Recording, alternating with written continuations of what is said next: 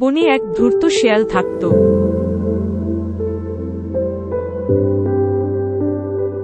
বনটা ছিল একটি ছোট্ট নদীর পাশে।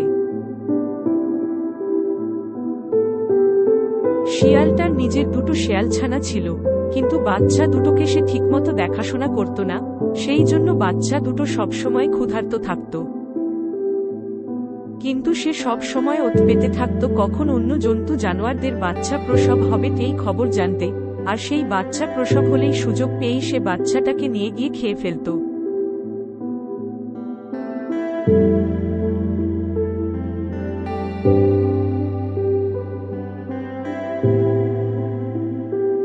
এই ঘটনার জন্য বনের হরিণ, ভেড়া, বন্য শূকররা সবসময় মনমরা হয়ে থাকত।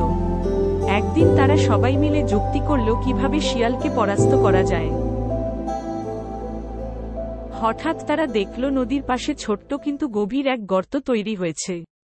তারা সবাই মিলে যুক্তি করে ওই গর্তটার মুখ খড় গাছের পাতা, গাছের ডাল দিয়ে ঢেকে দিল। শিয়াল ও শিয়াল ছানা দুটো ওই রাস্তা দিয়ে আসছে দেখে তারা আস্তে করে ওই খড়ের উপর 3টি হাঁসের ডিম রেখে দিল। শিয়াল মামা অতি লোভে হাঁসের 3টি ডিম নিতে গেলেই পড়ে গেল গর্তের ভিতর।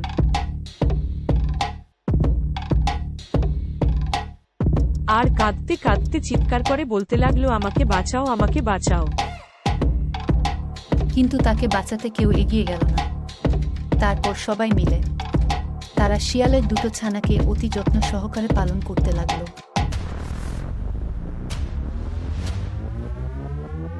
এইভাবে ওই ধূর্ত শিয়ালের হাত থেকে তারা রক্ষা পেল।